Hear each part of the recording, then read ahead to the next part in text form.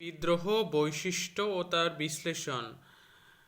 পলাশীর যুদ্ধের পর 19 শতকের শেষভাগ পর্যন্ত ব্রিটিশ শাসক জমিদার মহাজন শ্রেণী কৃষক শ্রমিক কারিগর প্রমুখের ওপর শোষণ অত্যাচার চালায়। চিরস্থায়ী বন্দোবস্তের প্রভাবে নবসৃষ্ট জমিদারদের হাতে কৃষকদের দুর্দশা চরমে ওঠে। ব্রিটিশ সরকার অরণ্য আইন পাশ করে আদিবাসীদের স্বাভাবিক অরণ্যের অধিকার ধ্বংস করে। বিদ্রোহ, অভ্যুত্থান, বিপ্লব। কৃষক আদিবাসী বিদ্রোহগুলি আলোচনা করার আগে বিদ্রোহ, অভ্যুত্থান, বিপ্লবের অর্থ জেনে নিই। প্রথমত, বিদ্রোহ বলতে বোঝায় প্রচলিত ব্যবস্থার পরিবর্তনের দাবিতে জনসমষ্টির আন্দোলন। অভ্যুত্থান বলতে বোঝায় রাষ্ট্রের কোনো প্রচলিত ব্যবস্থার বিরুদ্ধে একাংশের সশস্ত্র সংগ্রাম। 1857 সালে ভারতের ব্রিটিশ সেনাবাহিনীর একাংশের উদ্যোগে ব্রিটিশদের বিরুদ্ধে সিপাহী বিদ্রোহ বা 1946 খ্রিস্টাব্দে ভারতে ব্রিটিশ নৌবাহিনীর সেনাদের নেতৃত্বে নৌ বিদ্রোহকে চিহ্নিত করা যেতে পারে অভ্যুত্থান হিসেবে। তৃতীয়ত, বিপ্লব বলতে বোঝায় প্রচলিত ব্যবস্থার দ্রুত ব্যাপক আমূল পরিবর্তন। বিপ্লব এর প্রকৃত উদাহরণ হলো 18 শতকের শিল্প বিপ্লব আর 1789 খ্রিস্টাব্দে ফরাসি বিপ্লব। কৃষক উপজাতি বিদ্রোহ।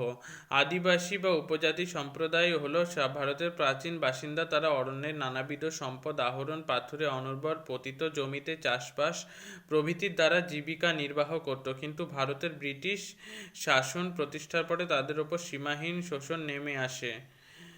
ঔপনিবেশিক অরণ্য আইন। ভারতের উপজাতি আদিবাসী সম্প্রদায়গুলি সাধারণত অরণ্য ও পাহাড়ি অঞ্চলে বসবাস করত।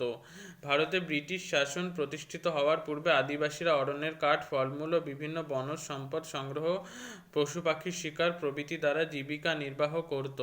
বনভূমি পরিষ্কার করে অনুর্বর পতিত জমি উদ্ধার করে অরণ্যগুলিতে চাষবাস করত। কিন্তু অষ্টাদশ শতকের শুরুতে ঔপনিবেশিক ব্রিটিশ শাসক প্রতিষ্ঠা হওয়ার পরে নতুন শহরের নির্মাণ, জাহাজ তৈরি, রেলপথ প্রতিষ্ঠা প্রভৃতি প্রয়োজনে ভারতের অরণ্য সম্পদের উপর আধিপত্য প্রতিষ্ঠার উদ্যোগ নেওয়া হয়। নানা বাধা নিষেধ মাধ্যমে সরকার আদিবাসীদের বনজ সম্পদ আহরণের অধিকার কেড়ে নেয়। তারা নিজ পরিশ্রমে যে কৃষি জমি উদ্ধার করে তার উপর সরকার খাজনা বসায়।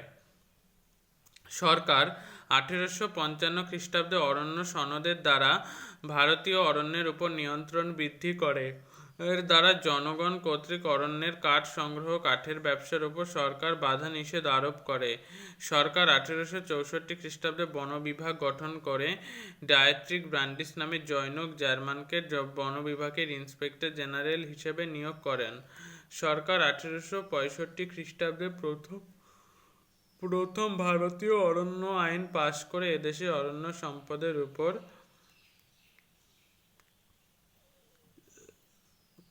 ভারতীয়দের অধিকার খর্ব করে অরণ্যকে সরকারি সংরক্ষণের আওতায় নিয়ে আসেন। সরকার ঘোষণা করেন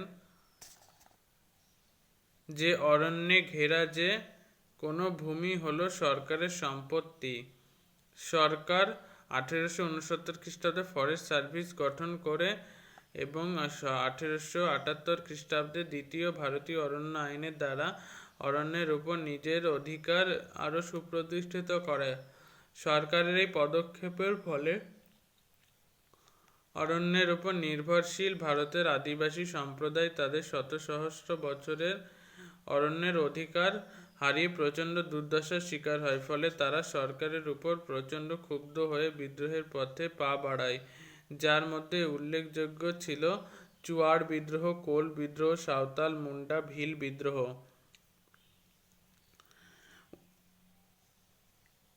1911 খ্রিস্টাব্দে ও 1924 খ্রিস্টাব্দে পৃথক পৃথক ক্রিমিনাল ট্রাইবস অ্যাক্ট পাশ করা হয়, বিশৃঙ্খলা সৃষ্টিকারী আদিবাসীদের শায়েস্তা করতে থাকে।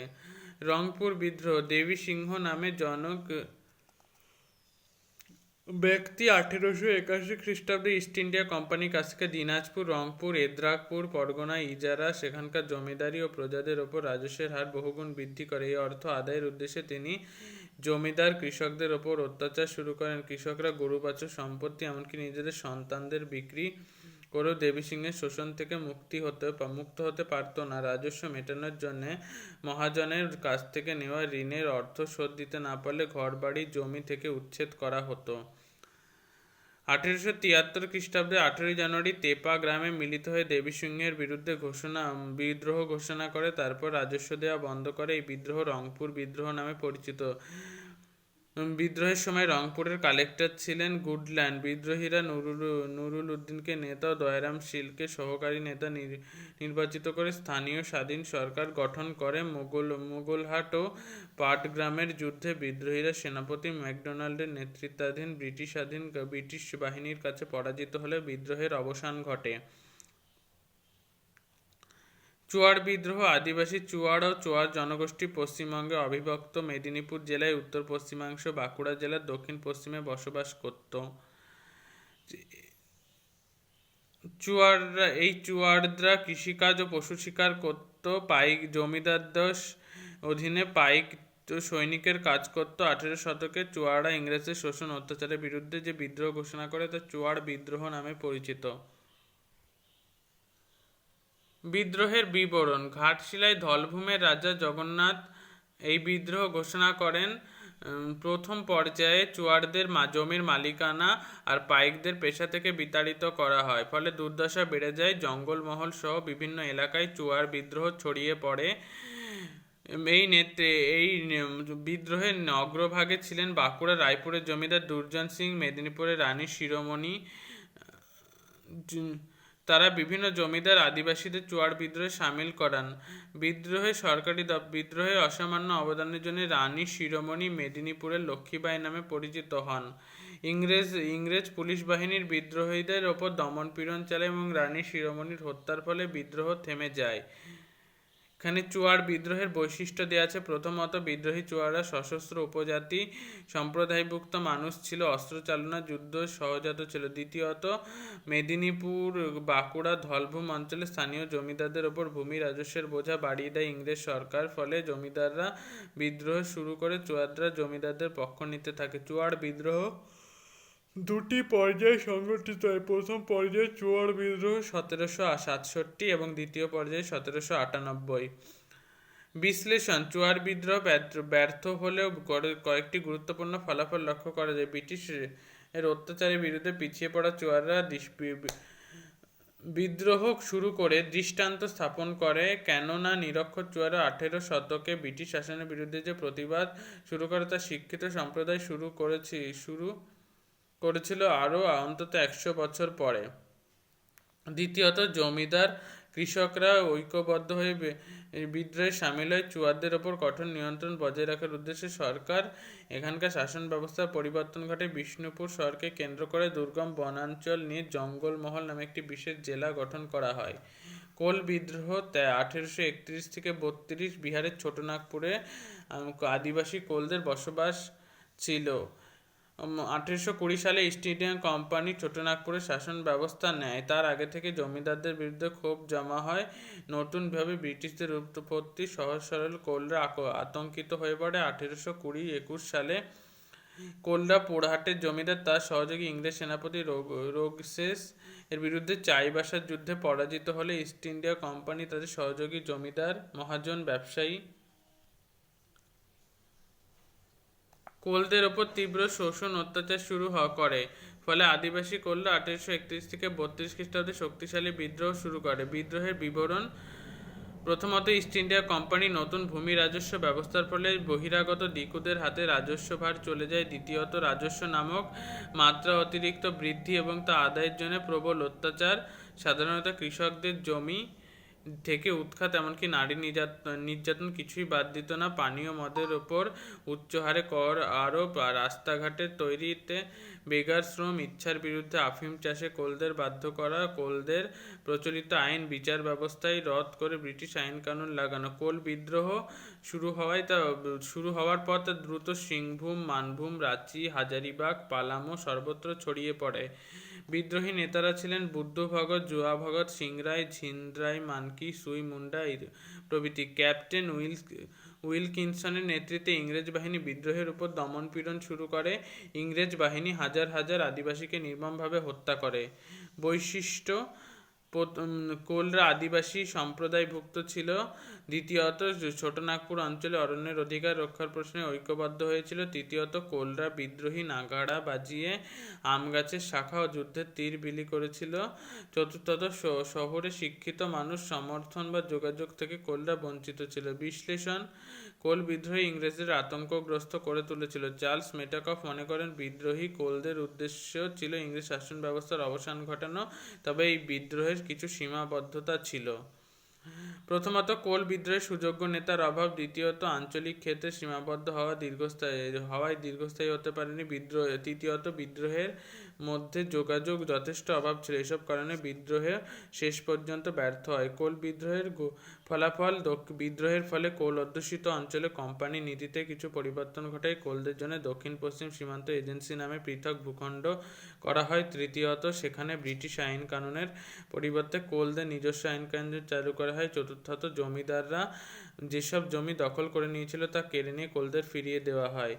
সাঁওতাল হুল বা সাঁওতাল বিদ্রোহ: আদিবাসী সাঁওতাল পরগনা, ছোটনাগপুর, পালামৌ, মানভূম, রাঁচি, হাজারিবাগ, বীরভূম, বাঁকুড়া, মেদিনীপুর বিস্তীর্ণ বনভূমি অঞ্চলে বসবাস করত। চিরস্থায়ী বন্দোবস্তে তারা পার্শ্ববর্তী রাজমহলের পার্বত্য অঞ্চল মুর্শিদাবাদ জেলার একাংশে চলে যায়। এই অঞ্চলের নাম দেওয়া হয় দামিনী কোহি, অর্থাৎ পাহাড়ের প্রান্তদেশ। জমিদার ও মহাজনদের শোষণ অত্যাচারের শিকার হয়ে 1855 থেকে 56 খ্রিস্টাব্দে বিদ্রোহের পথে পা বাড়ায়, যা সাঁওতাল হুল বা সাঁওতাল বিদ্রোহ নামে পরিচিত। হুল কথার অর্থ হচ্ছে বিদ্রোহ। বিদ্রোহের বিবরণ: প্রথমত, সাঁওতালরা যে পতিত জমি উদ্ধার করে চাষবাস তার উপরে বিপুল রাজস্ব চাপিয়ে দেওয়া হয়। তারা জমি ছেড়ে পালাতে বাধ্য হয়। ভূমি রাজস্ব ছাড়াও অন্যান্য করের বোঝা, ঋণের দায়ভার চাপিয়ে সাঁওতালদের সর্বশান্ত হওয়ার দিকে ঠেলে দেওয়া হয়। তৃতীয়ত, বহিরাগত ব্যবসায়ী মহাজনরা সাঁওতালদের থেকে চড়া সুদ আদায় করায় তাদের অন্যান্যভাবে ঠকাতো। চতুর্থত, রেলপথ তৈরির কাজে নিযুক্ত সাঁওতাল মজদুরের কম মজুরি দেওয়া হতো। পঞ্চমত, সাঁওতালদের নগদ টাকায় রাজস্ব দিতে বাধ্য করা হলে তাদের ঋণের ফাঁদে ফেলা হতো। ষষ্ঠত, প্রথাগত আইন বিচার ব্যবস্থা বাতিল করে সাঁওতালদের উপর জটিল আইন চাপিয়ে দেওয়া হতো। সপ্তম, খ্রিস্টান মিশনারিরা সাঁওতালদের খ্রিস্ট ধর্মে ধর্মান্তরিত করতে থাকে। অষ্টম, নীলকর সাহেবদের চাপে সাঁওতাল কৃষকরা খাদ্যশস্যের পরিবর্তে নীল চাষে বাধ্য হয়। 1855 খ্রিস্টাব্দের এপ্রিল মাসে ইস্ট ইন্ডিয়া কোম্পানি এবং তাদের সহযোগী জমিদার ও মহাজনদের বিরুদ্ধে সাঁওতালদের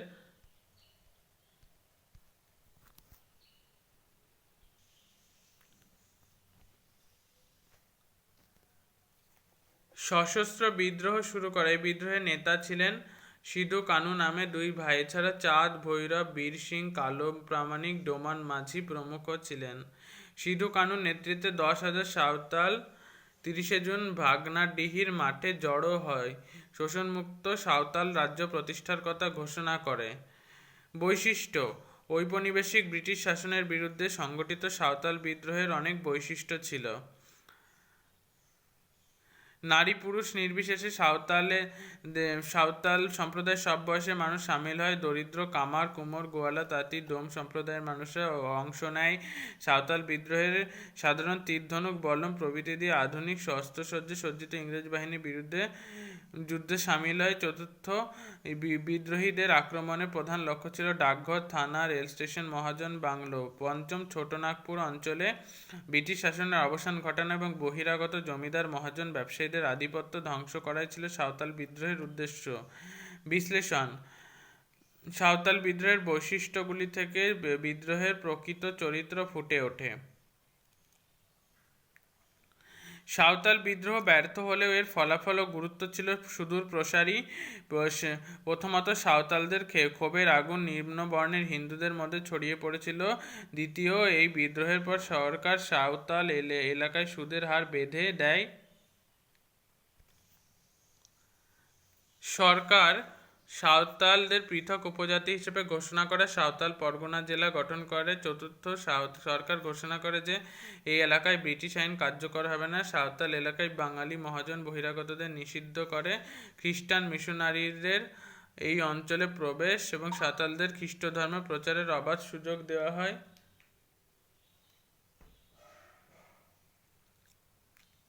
সুপ্রকাশ রায়ের মতে এই বিদ্রোহ ছিল ভারতের যুগান্তকারী মহাবিদ্রোহের অগ্রদূত স্বরূপ। ডক্টর রমেশচন্দ্র মজুমদারের মতে 1857 খ্রিস্টাব্দে মহাবিদ্রোহকে স্বাধীনতা সংগ্রাম বলে অভিহিত করা হলে সাঁওতাল বিদ্রোহকে স্বাধীনতা সংগ্রামের মর্যাদা দেওয়া হয়। মুন্ডা বিদ্রোহ। প্রাচীনতম আদিবাসী মুন্ডারা সাঁওতাল, কোল, ভূমিজ, হো প্রভৃতি সম্প্রদায়ে বিভক্ত ছিল। তারা ছোটনাগপুর তার নিকটবর্তী অঞ্চলে বসবাস করত। বিরসা মুন্ডার নেতৃত্বে আদিবাসী মুন্ডারা 1899 থেকে 1900 খ্রিস্টাব্দ নাগাদ এক শক্তিশালী বিদ্রোহ শুরু করে, যা উলঘুলান নামে পরিচিত। উলঘুলান শব্দের অর্থ হল ভয়ঙ্কর, বিশৃঙ্খলা এবং প্রবল বিক্ষোভ। বিদ্রোহের বিবরণ। মুন্ডা অঞ্চলে ব্রিটিশ ভূমি ব্যবস্থা প্রচলিত হলে মুন্ডাদের খুঁটকাঠি প্রথা, যৌথ মালিকানা ব্যবস্থা বাতিল হয়ে জমিতে ব্যক্তিগত মালিকানা প্রতিষ্ঠিত হয়। মুন্ডাদের চিরাচরিত আইন শাসন ব্যবস্থা ভেঙে নতুন ব্যবস্থা চালু করা হয়। সরকার ও জমিদার মুন্ডাদের ওপর বিভিন্ন ধরনের কর চাপিয়ে দেয় এবং বেগার শ্রম হতে বাধ্য করে। খ্রিস্টান মিশনারিরা মুন্ডাদের কৌশলে খ্রিস্ট ধর্ম দীক্ষিত করে। 1900 খ্রিস্টাব্দে বেঙ্গলি পত্রিকায় প্রকাশিত বিরসাকে গ্রেপ্তার করা হচ্ছে এবং রাঁচি জেলে নিয়ে যাওয়া হচ্ছে। উপরোক্ত বিভিন্ন কারণে 19 শতকের দ্বিতীয়ার্ধে রাঁচি জেলার উলিহাত গ্রামের বাসিন্দা সুগান মুন্ডার পুত্র বিরসা মুন্ডা এক নতুন ধর্মের প্রচার করে মুন্ডাদের ঐক্যবদ্ধ করেন এবং বিদ্রোহ গড়ে তোলেন। তিনি মুন্ডাদের খাজনা দেওয়া বন্ধ করার এবং বিদেশিদের বহিষ্কারের নির্দেশ দিয়ে এক স্বাধীন মুন্ডারাজ প্রতিষ্ঠার কথা ঘোষণা করেন। সরকার তাকে কারাদণ্ড দিয়ে 2 বছর পর ছেড়ে দিতে বাধ্য হয়। শেষ পর্যন্ত 1899 খ্রিস্টাব্দ নাগাদ তিনি প্রবল উৎসাহে বিদ্রোহ সংগঠিত করেন। মুন্ডাদের ঐক্যবদ্ধ করে তিনি একটি সেনাদল গড়ে তোলেন। এই বাহিনীর সেনাপতি হন বিরসার অনুগত গয়া মুন্ডা। খুট্টি, রাঁচি, চক্রধরপুর, বুন্দু, তামার, তোরপা, কারাবাসিয়া প্রভৃতি স্থানে ঘাঁটি গড়ে তোলেন। বিদ্রোহ শুরু করার দিন নির্দিষ্ট 24শে ডিসেম্বর 1900 খ্রিস্টাব্দের জানুয়ারি মাসে বিদ্রোহ প্রবল আকার ধারণ করে।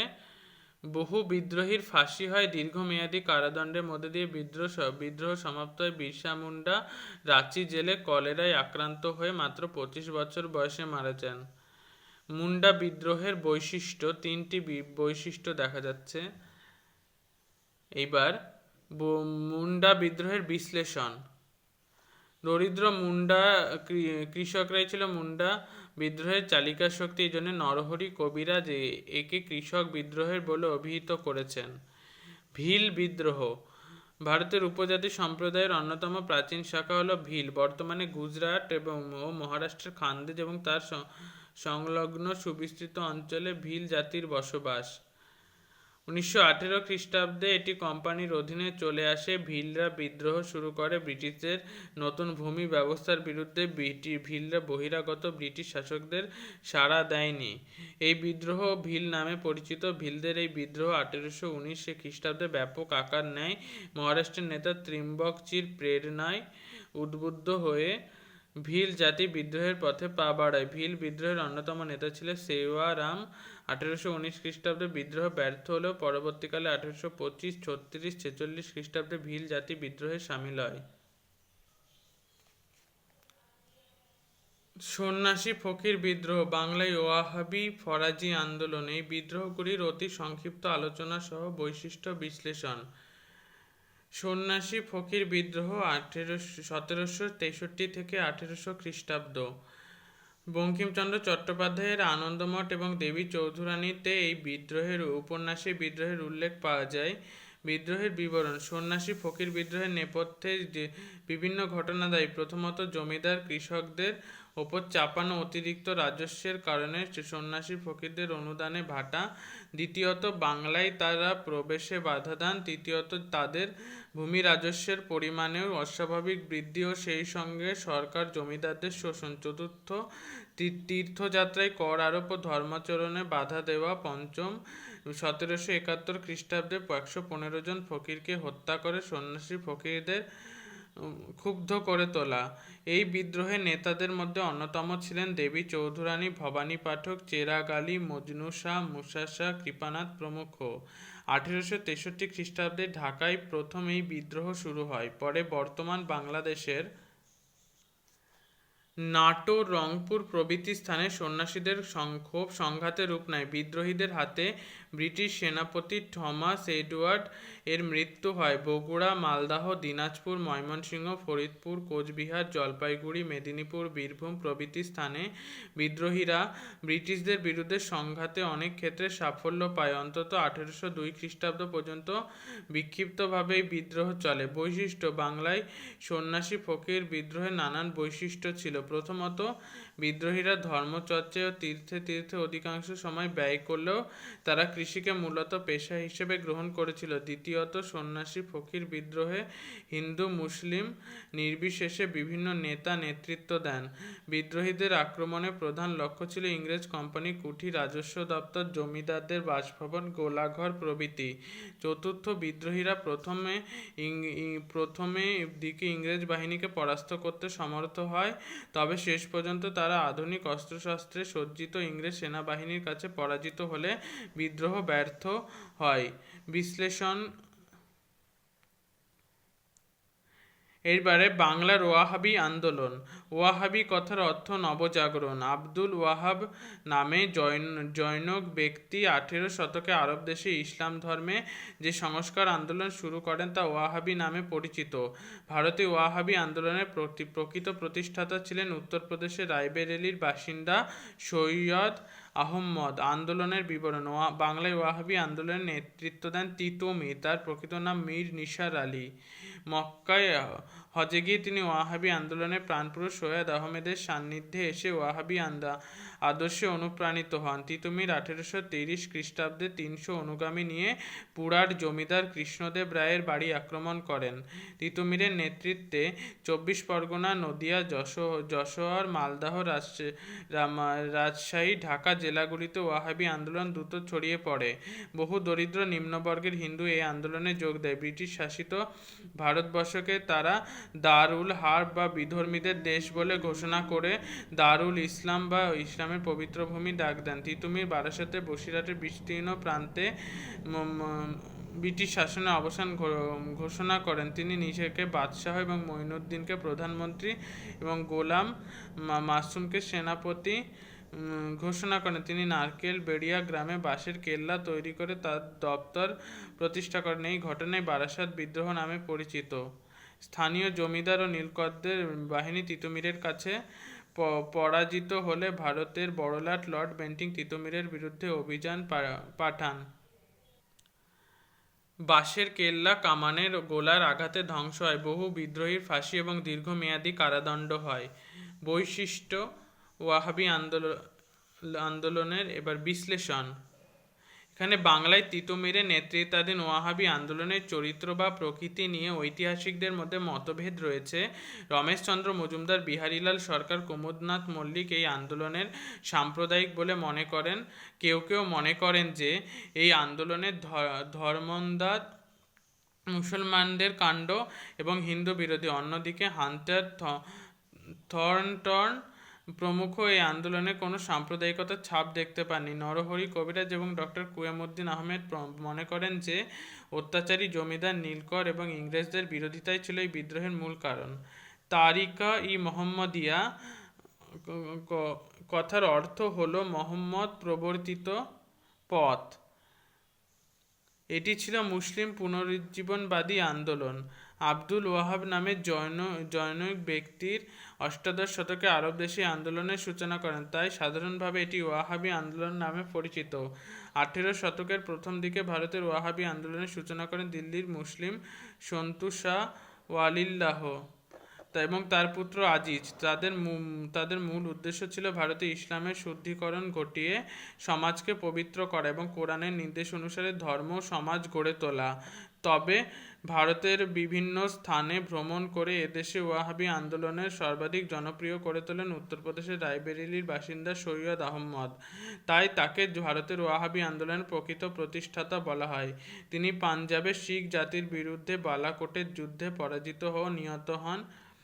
পরবর্তীকালে ভারতের বিভিন্ন অঞ্চলে ওয়াহাবি আন্দোলন ছড়িয়ে পড়ে। বাংলায় তারিকা-ই-মুহাম্মদিয়া ভাবধারা প্রচারে গুরুত্বপূর্ণ ভূমিকা পালন করেন তিতুমির। বাংলায় ফরাজি আন্দোলন। আরবি ভাষায় ফরাজি শব্দের অর্থ হল ইসলাম নির্ধারিত বাধ্যতামূলক কর্তব্য। ফরিদপুর জেলায় বাহাদুরপুরে মৌলভী হাজী শরীয়তুল্লাহ ইসলাম ধর্ম সংস্কারের উদ্দেশ্যে 1820 খ্রিস্টাব্দে ফরাজি নামে ধর্মীয় সম্প্রদায় প্রতিষ্ঠা করেন। তিনি ঘোষণা করেন যে ইসলাম বিরোধী বিভিন্ন কুসংস্কার ইসলাম ধর্মকে প্রবেশ করে ধর্মকে অপবিত্র করে। আন্দোলনের বিবরণ। ফরাজি আন্দোলন 20 শতকের প্রথম দশক পর্যন্ত চলে। ধর্মীয় আন্দোলন হিসাবে শুরু হলেও পরবর্তীকালে এতে রাজনৈতিক বৈশিষ্ট্য লক্ষ্য করা যায়। শরীয়তুল্লাহ ভারতবর্ষকে দারুল হার্ব বা বিধর্মীর দেশ বলেছেন। শরীয়তুল্লাহর মৃত্যুর পর এই আন্দোলনের নেতৃত্ব দেন ওস্তাদ নামে পরিচিত তার পুত্র মোহাম্মদ মুহসিন বা দুদু মিয়া। তিনি ঘোষণা করেন যে ঈশ্বর জমির খাজনা আদায়ের অধিকার জমিদারদের নেই। পাগলপন্থী বিদ্রোহ। 19 শতকের প্রথম ভাগে ময়মনসিংহ জেলার সুসংগ শেরপুর অঞ্চলে গারো উপজাতি বসবাস করত। ফকির করিম শাহ বা চাঁদ গাজী নামে জনক ব্যক্তি উপজাতীয় গারোদের মাধ্যমে নতুন ধর্মমত প্রচার করেন। তার পুত্র টিপু শাহ টিপু পাগলের নেতৃত্বে পাগলপন্থী গারো জনপদ জমিদার মহাজনদের ইংরেজদের শোষণ অত্যাচারের বিরুদ্ধে সশস্ত্র আন্দোলনে সামিল হয়। এই আন্দোলন পাগলপন্থী বিদ্রোহ নামে পরিচিত। এই বিদ্রোহের মূল কাঙ্ক্ষিত ছিল গারোদের উপর অর্থনৈতিক শোষণ অত্যাচার চিরস্থায়ী বন্দোবস্তের কারণে এদের ওপর রাজস্বের বোঝা চেপে যায়।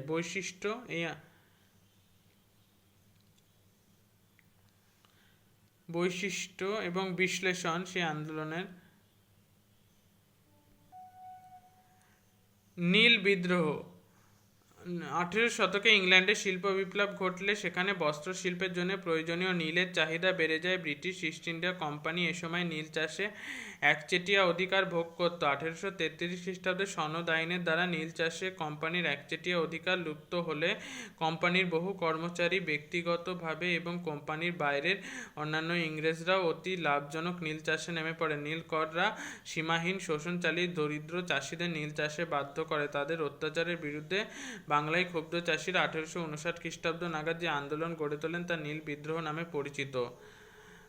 বৈশিষ্ট্য ও বিবরণ। নীলকর সাহেবরা দুটি উপায়ে চাষিদের নীল চাষ করতে বাধ্য করত। প্রথমত, নীলকররা জমিদারদের কাছ থেকে জমি কিনে ভাড়া নিয়ে তাতে ভাড়াটিয়ে চাষিদের নীল চাষ করাতো। এই পদ্ধতি এলাকা চাষ বা নিজ আবাদি চাষ নামে পরিচিত। দ্বিতীয়ত, বহু ক্ষেত্রে নীলকর চাষিরা অগ্রিম টাকা দাদন দিয়ে চাষির জমিতে নীল চাষ করতে। এই পদ্ধতি বে এলাকা বা রাইতি বা দাদনি নামে পরিচিত। 1830 খ্রিস্টাব্দে যখন নীল চাষ সংক্রান্ত পঞ্চম সপ্তম আইন পাশ হয় তখন বাংলায় নীলকুঠির সংখ্যা 1000 ছাড়িয়ে যায়। নীলকররা দরিদ্র চাষিকে মাত্র 2 টাকা অগ্রিম দাদন দিয়ে তাকে নিজের জমিতে নীল চাষে বাধ্য করে। দাদন গ্রহণের চুক্তিপত্র এমনভাবে তৈরি হতো যে নিরক্ষর চাষির আজীবন ঋণের জালে বাধা পড়ে থাকতো। চাষি তার জমির উৎপাদিত নীল বিক্রি করে চাষের খরচও তুলতে পারত না। নীলকর সাহেবদের অত্যাচারের প্রতিবাদে বিভিন্ন পত্রপত্রিকা এবং জনগণ সরব হয়ে ওঠে। হিন্দু প্যাট্রিয়ট, সমাচার চন্দ্রিকা, সমাচার দর্পণ, তত্ত্ববোধিনী পত্রিকা প্রভৃতিতে নীলকর সাহেবদের অত্যাচারের ঘটনা ধারাবাহিকভাবে প্রকাশিত হতে থাকে। ফলে কলকাতায় শিক্ষিত বুদ্ধিজীবী সম্প্রদায় নীল চাষিদের প্রতি সহানুভূতিশীল হয়। হরিশচন্দ্র মুখোপাধ্যায়, শিশির কুমার ঘোষ, মনমোহন ঘোষ, কিশোরীচাঁদ মিত্র প্রমুখের লেখা প্রত্যক্ষ যোগাযোগ আন্দোলনের বৃহত্তর রূপ দিয়েছিল। নদিয়ার কৃষ্ণনগরে চৌগাছা গ্রামে দিগম্বর বিশ্বাস এবং বিষ্ণুচরণ বিশ্বাস 1859 খ্রিস্টাব্দে নীল চাষ বয়কটের মাধ্যমে বিদ্রোহীদের সূচনা করেন। বিদ্রোহ ক্রমে যশোর, খুলনা, ফরিদপুর, মুর্শিদাবাদ, রাজশাহী, মালদহ, দিনাজপুর প্রভৃতি জেলায় ছড়িয়ে পড়ে। চাষিরা কর্তৃপক্ষের কাছে অত্যাচার বন্ধের দাবি করে নীল চাষ বয়কট করে তরবারি, বর্ষা, লাঠি প্রভৃতি নিয়ে সশস্ত্র প্রতিরোধের কর্মসূচি গ্রহণ করে।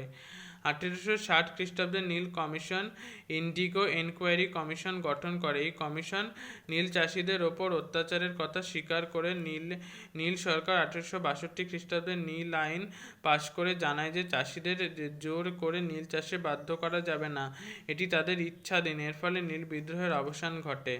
নীল বিদ্রোহ ছিল মূলত কৃষক বিদ্রোহ, কিছু জমিদার বিদ্রোহ যোগ দিলে মূলত কৃষকরাই ছিল বিদ্রোহের চালিকা শক্তি। অন্যদিকে সুপ্রকাশ রায় একে গণবিদ্রোহ বলে অভিহিত করেছেন। সর্বস্তরের মানুষ অংশগ্রহণে এটি গণবিদ্রোহে পরিণত হয়। হিন্দু প্যাট্রিয়ট পত্রিকায় একে জাতীয় বিদ্রোহ বলা হয়েছে। দিগম্বর বিশ্বাস এবং বিষ্ণুচরণ বিশ্বাস আসাননগরের মেঘাই সর্দার, পাবনার মহেশ বন্দ্যোপাধ্যায়, খুলনার কাদের মোল্লা, মালদাহের রফিক মণ্ডল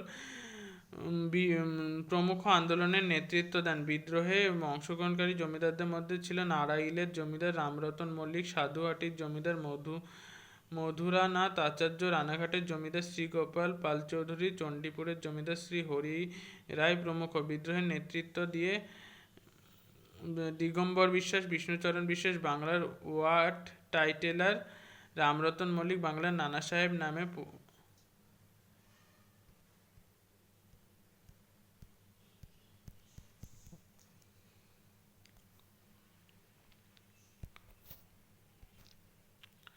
শিশির কুমার ঘোষ গ্রামে গ্রামে ঘুরে চাষিদের ওপর অত্যাচারের খবর সংগ্রহ করতেন। বাংলার চাষিদের ওপর দুর্বিষহ অত্যাচারের কাহিনী নিয়ে দীনবন্ধু মিত্র নীল দর্পণ নাটকটি জনমানুষের আলোড়ন সৃষ্টি করে। ভারতের তৎকালীন বড়লাট লর্ড ক্যানিং স্বীকার করেছেন যে তাদের কাছে নীল বিদ্রোহ সিপাহী বিদ্রোহের চেয়ে উৎকণ্ঠার কারণ হয়ে উঠেছিল। পাবনার কৃষক বিদ্রোহ 1859 খ্রিস্টাব্দে 10ম আইন পাশ করে কৃষকদের জমির মালিকানা এবং পাট্টা দেওয়ার কথা জমিদারদের আইন ফাঁকি দিয়ে জমিদারদের থেকে কৃষকদের উচ্ছেদ করা হয়। এই আন্দোলনের নেতৃত্ব দেন ঈশ্বরচন্দ্র রায়, শম্ভুনাথ পাল, খুদি মোল্লা প্রমুখ। ঈশানচন্দ্র বিদ্রোহী রাজা নামে পরিচিত ছিলেন। রমেশচন্দ্র দত্ত, সুরেন্দ্রনাথ বন্দ্যোপাধ্যায়, কৃষ্ণকুমার মিত্র, দ্বারকানাথ গাঙ্গুলি, লালবিহারী দেব প্রমুখ বিদ্রোহীদের সমর্থন করেন। ব্রিটিশ শাসনকালে প্রতিরোধ এবং বিদ্রোহ সম্পর্কে এখানে দেওয়া আছে। 1863 থেকে 1800 সন্ন্যাসী ফকির বিদ্রোহ, 1763 থেকে 1800 সন্ন্যাসী ফকির বিদ্রোহ, 1783 রংপুর বিদ্রোহ, 1798 থেকে 99 চুয়াড় বিদ্রোহ দ্বিতীয় পর্ব, 1819 ভিল বিদ্রোহ, 1825 থেকে 27 পাগলপন্থী বিদ্রোহ, 1831 বারাসাত বিদ্রোহ, 1831 থেকে 32 কোল বিদ্রোহ, 1837 থেকে 1905 ফরাজি বিদ্রোহ, 1855 থেকে 56 সাঁওতাল বিদ্রোহ, 1859 নীল বিদ্রোহ, 1870 পাবনা বিদ্রোহ এবং 1899 থেকে 1900 মুন্ডা বিদ্রোহ।